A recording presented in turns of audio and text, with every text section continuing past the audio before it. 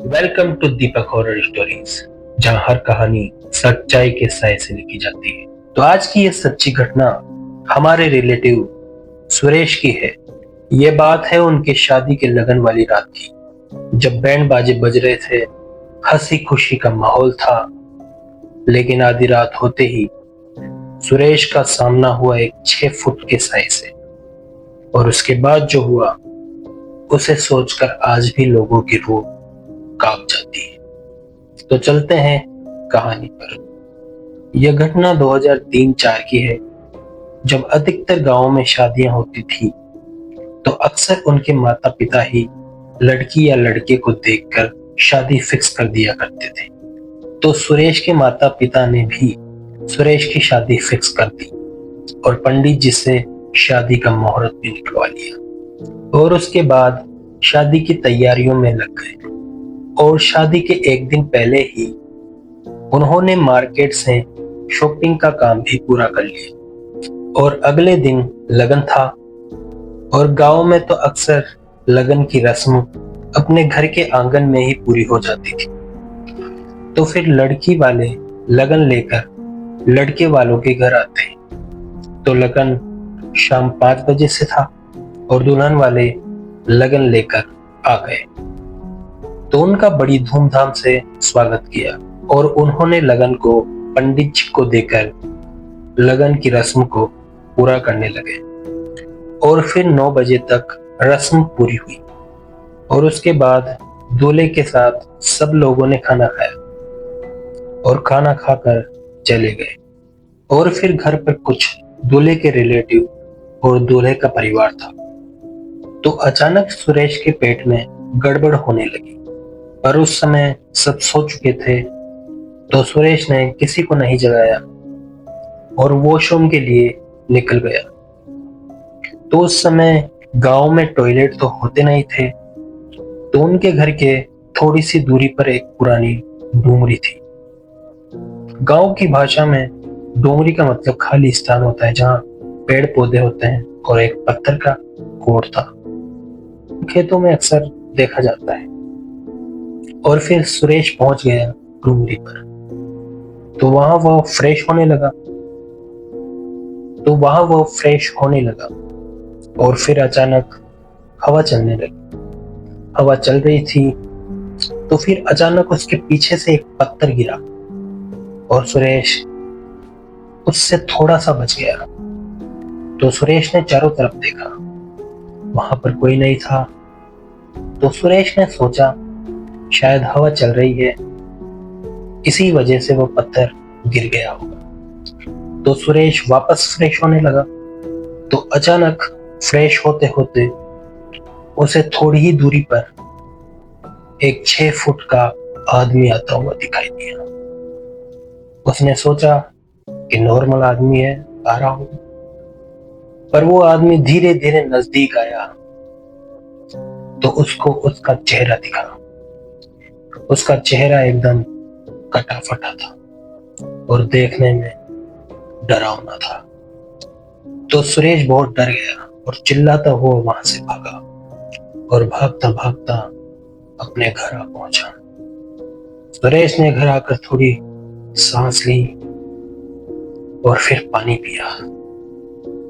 पर घर तो सब सो रहे थे, तो उसने किसी को बताना जरूरी नहीं समझा। उसने सोचा मेरी शादी है तो किसी को क्यों डराऊं, और डर तो उसे लग रहा था। तो वह कंबल लेकर अपने जीजा जी के पास सो गया।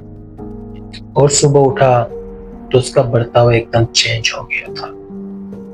उसके घर वाले और रिलेटिव से जो भी बात पूछते वह उसका उल्टा ही जवाब देता था और एकदम चिड़चिड़ा हो गया था। पर उसी दिन उनके घर माता पूजन का फंक्शन भी था और घर वालों ने सारी तैयारियां कर ली थी।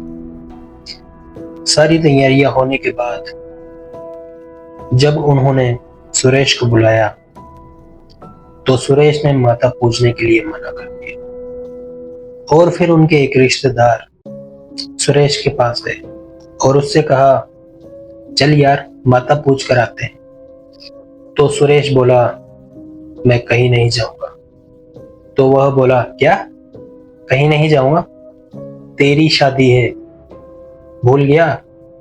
तो सुरेश बोला, मेरी कोई शादी नहीं है, मैं नहीं जाऊंगा कहीं भी।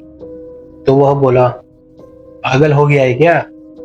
तेरी शादी है आज, फिर कौन जाएगा? तो उसके लाख बार कहने से भी वो नहीं माना। तो वो बोला, मैं जाता हूँ तेरी मम्मी के पास और उन्हें बताता हूँ। तो सुरेश बोला, जा। और फिर उसने उनकी मम्मी को जाकर सारी बात बताई। तो फिर उनकी मम्मी सुरेश के पास गई और उन्होंने भी उसे बहुत समझाया, पर सुरेश ठस से मस नहीं हुआ। और उनके साथ ही कुछ रिश्तेदारों ने समझाया, फिर भी सुरेश मानने को तैयार नहीं था। तो ये बात उनके पिताजी को पता चली। वह भी सुरेश के पास गए। मैं जबान देकर आया हूँ, ये शादी तो तुझे करनी ही पड़ेगी। और लगन के दिन तो तू बहुत खुश दिखाई दे रहा था, तो ऐसा क्या हुआ जो तुझे शादी नहीं करनी? पर फिर भी वह अपने पिताजी से मना ही कर रहा था, मुझे शादी वादी नहीं करनी, कहीं नहीं जाऊंगा मैं। तो उनके पिताजी को गुस्सा आ गया। तो उनके पिताजी ने 2-3 दे मारी, फिर भी सुरेश ठस से मस नहीं हुआ और वहां से चले गए। तो 2-3 घंटे बाद सुरेश की दादी आई। सुरेश की दादी को यह बात पता चली, तो उसकी दादी ने भी सुरेश को बहुत समझाया, पर दादी की बात भी सुरेश मानने को तैयार नहीं था। तो दादी ने सोचा, ये क्या हो गया है मेरे पोते को? लगन को तो बहुत खुश दिखाई दे रहा था, अचानक ऐसा क्या हुआ? और दादी को सुरेश का बर्ताव भी थोड़ा अजीब लग रहा था। तो उसकी दादी ने उसके पिताजी से बात की, सुरेश तो मान नहीं रहा है, तू ऐसा कर, ठाकुर जी के मंदिर के पुजारी से मिल और उनको पूरी बात बता, शायद उनके पास ये रास्ता हो। तो उन्होंने कहा, शायद, जाता हूं। तो उनके पिताजी पहुंच गए पुजारी जी के पास और पुजारी जी को पूरी बात बताई। तो पुजारी जी ने कहा, क्या हुआ, दुल्हन पसंद नहीं थी क्या?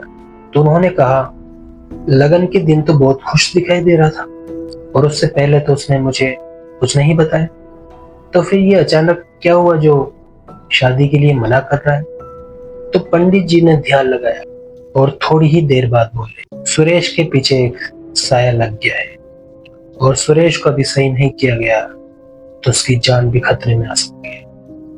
तो उसके पिताजी बोले, क्या साया? पर कब लगा? तो उन्होंने कहा, लगन की रात को। लगन की रात को सुरेश वॉशरूम करने के लिए डूंगरी पर जा पहुंचा और डूंगरी का वो 6 फुटिया भूत उसके पीछे लग गया, क्योंकि सुरेश दूल्हा बना था इसलिए। तो उन्होंने कहा, पंडित जी इसका कोई उपाय? तो उन्होंने कहा, उपाय तो है, मैं यहाँ से पूजा करता हूँ और तुम ये लच्छा ले जाओ और उसकी कलाई पर जाकर बांध दे और सुबह होते ही उसे ठाकुर जी के दर्शन कराकर मेरे पास ले आ दो। और फिर उसके पिताजी चले गए। उन्होंने जाकर लच्छा बांधा और लच्छा बांधने के 1-2 घंटे बाद ही सुरेश नॉर्मल महसूस करने लग गया था। और फिर उसके बाद उसके पिताजी उसको ठाकुर जी के मंदिर ले गए। उन्होंने दर्शन किए और पुजारी जी को दिखाया। उन्होंने कुछ मंत्र पढ़े और एक तावीज उसके गले में बांध दिया और कहा, इसे कभी मत खोलना बेटा, यह तुम्हारी रक्षा करेगी। और उसके बाद जाकर सुरेश शादी के लिए माना और उसी दिन उसने स्नान भी किया और शेव भी किया, क्योंकि लगन के बाद वाले दिन से वो नहाया ही नहीं था, केवल रूठा हुआ था। और फिर जाकर उसने अपनी शादी की।